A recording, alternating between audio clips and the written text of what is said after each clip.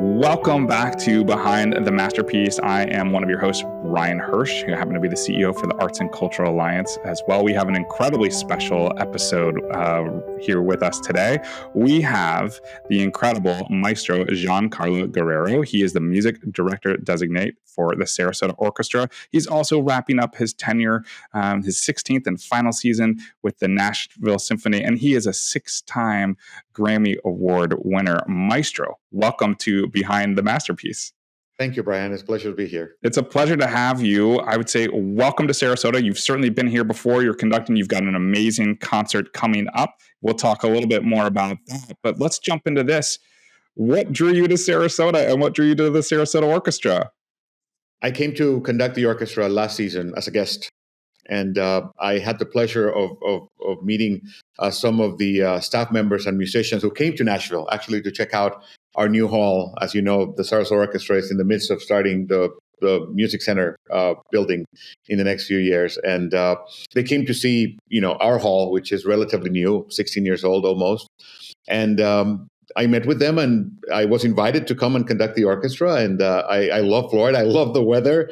And so I accepted the invitation to come and conduct a new orchestra, which at this stage in my career is a little hard sometimes because I basically go kind of to the same places that I really enjoy, whether it's Brazil or some countries in Europe. So starting a new relationship is kind of tough, but the scheduling gods, I guess, were smiling upon us. And the week that they offered me, I was available. And it happened to be also, if I remember, late January, which is perfect, getting out of Nashville. And I went down there. And I have to be honest, I gave the first downbeat with the orchestra.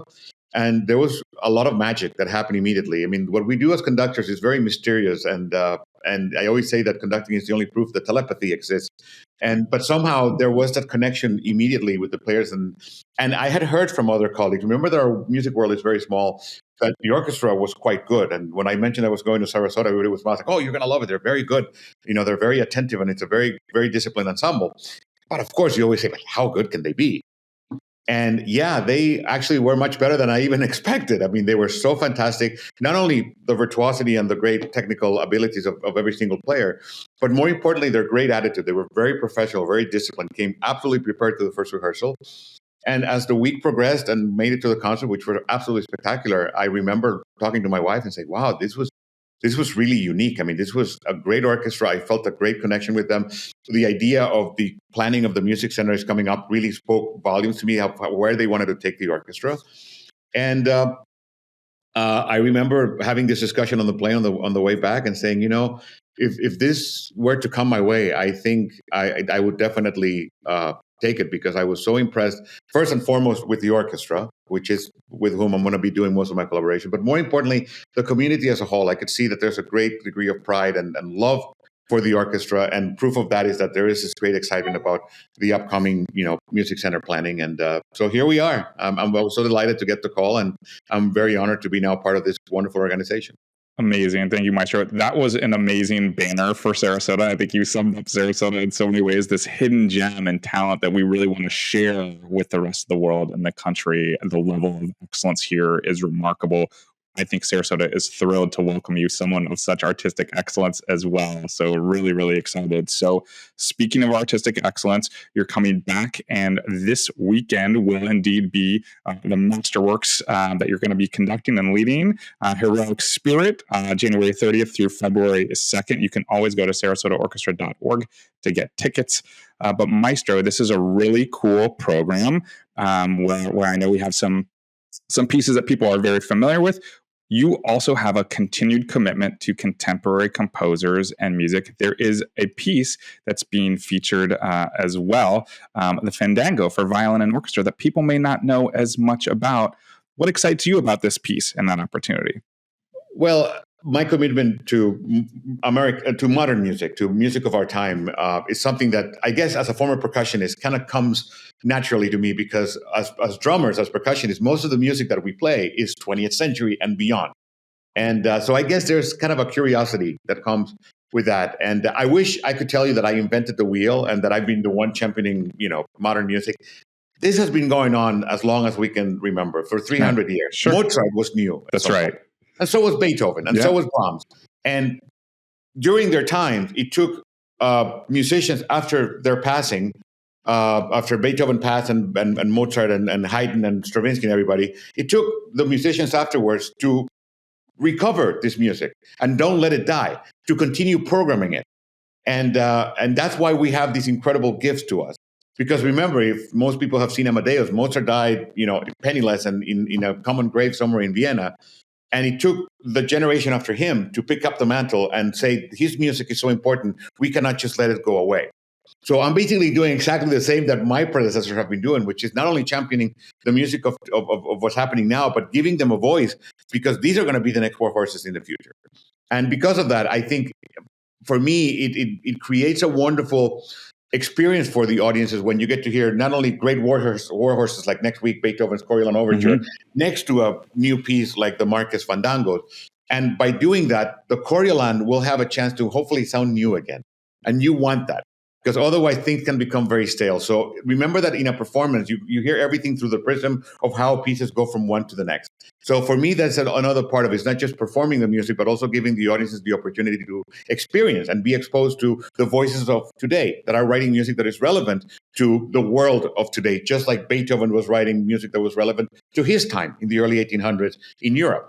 So this piece, Fandangos, is one that I've already done, I think, 5 or 6 times with Ana Kiko. It was written for her. She's a wonderful violinist. We've worked many times over my career, and is a favorite collaborator of mine. But she also has been a wonderful artist that has been interested in expanding the violin repertoire. And I know that it was as simple as her writing an email to Arturo Marquez, who's probably right now one of the most recognizable living Mexican composers, and said, would you consider writing a violin concerto based on mariachi themes?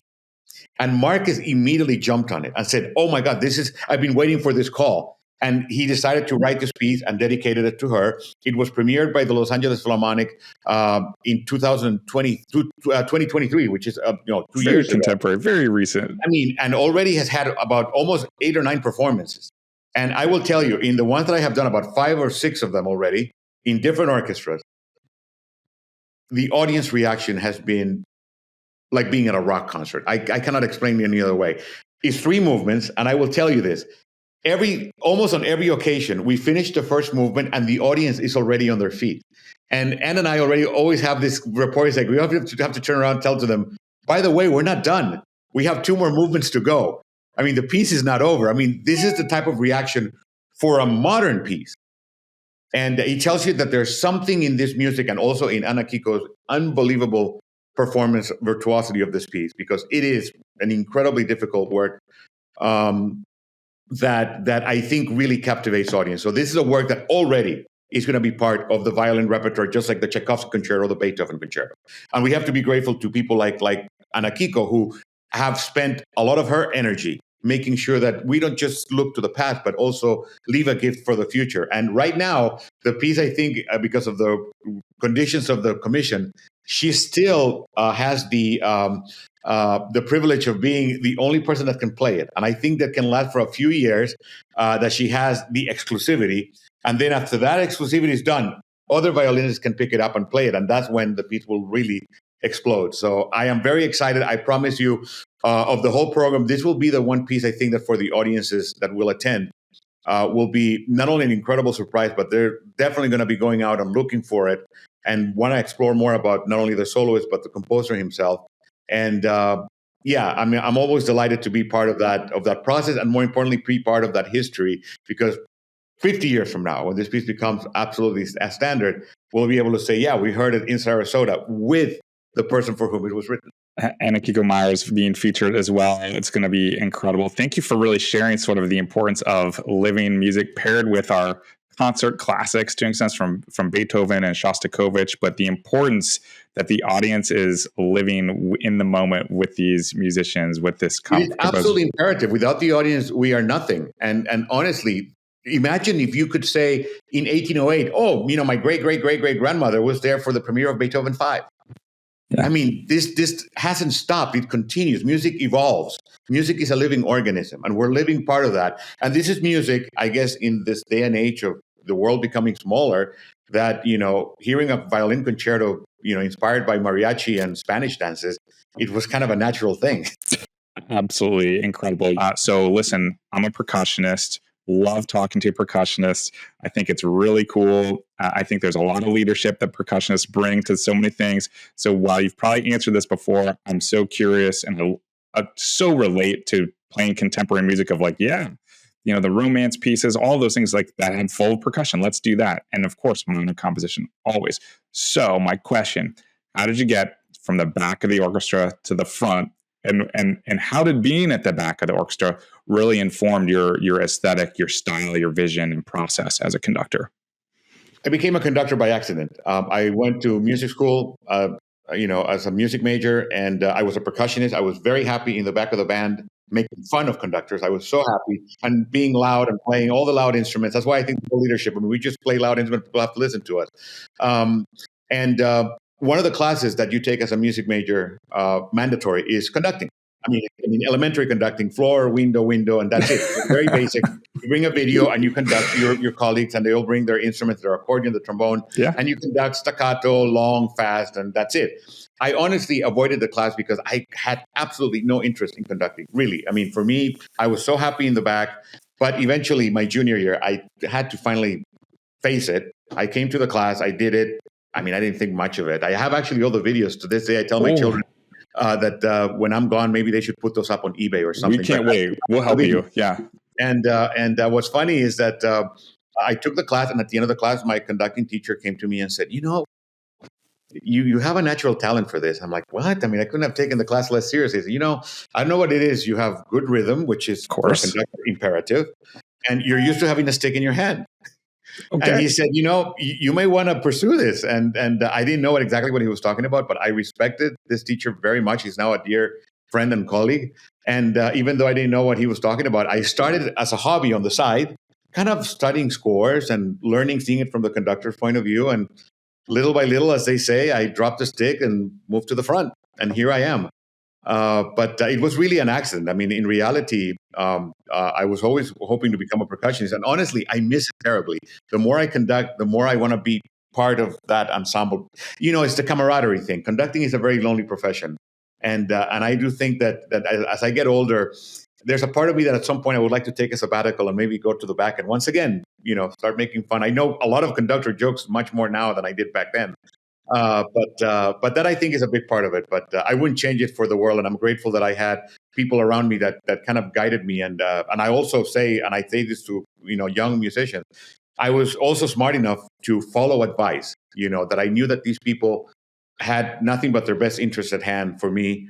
And it's not just about listening to the advice. You have to take it and you have to do something about it. And I was very lucky and smart enough, I guess, to know that he was onto something, and I'm glad that I followed through, and here I am. Yeah, we love it. We can't promise him as talented as you, but happy to be in a percussion ensemble on the side with you. We can always to make some music, right? There's lots of folks. As long as it's in 4/4, we'll be okay. I don't want to have to go back and practice. Let's keep it simple. No odd time signatures, hemiolas. Over even the with as a conductor, as I get older, it's like 7/8 and 3/16. No. 4/4. I even joke with soloists, please, no rubatos, no retardandos. I just go straight through and we just finish it. Conducting Rite of Spring, as much fun as it is, man, it's becoming harder and harder. Oh, yes. 2, 2, 3. Yeah. Oh, so many things. This is great. I love these music conversations that we can get into. Maestro, you really mentioned sort of the importance of advice and listening to people. I know in addition to a passion for contemporary music, a passion of percussion, you have a passion for learning and education as well. I think that carries with you. I got to hear you speak about that earlier this season. Can you share why it's so important to talk about this mentoring or just even education and access to opportunities, in this case, in concert music? Why is that still so important to you? And what do you hope to do with that here in Sarasota? I am very lucky that I was introduced to classical music or orchestral music, band music from an early age. And I was born in Nicaragua, grew up in Costa Rica, which nobody would ever say are the two great, musical centers of classical music. And look at what happened to me. I just happened to be exposed to it. And I started through the youth orchestra program, which is what most kids do. I mean, either in schools or, you attend the youth orchestra or pre-college division stuff. And for most of us, and I would say pretty much for all of us, it's a hobby. I mean, your parents sign you up for these things to keep you busy, and that's what my parents did. I mean, I come from a non-musical family. Nobody in my immediate family, except for my daughters, even knows how to read music. And in my household, my dad heard mariachi music, and my mom heard Julio Iglesias. And Mozart and Beethoven did not exist, not because they didn't like it, just because they didn't have access to it. That's just the reality. So what happened to me is that I was put in this path when we moved to Costa Rica to join the youth orchestra. And it was fantastic to have this ability at a very young age, 11, 12, 13 years old, of being very passionate about something, along with many of your friends and peers. I always say it's like the best type of peer pressure. So I do believe, because music is like any art, it's very, in a way that it gets transmitted from teacher to student to student to student to student. And we can go back 300 years and all these traditions get passed on. And I do believe that the discipline that gets instilled as a young musician, that you have to, invest time and effort and sacrifice, really helps you in the future, even if you don't end up going into music.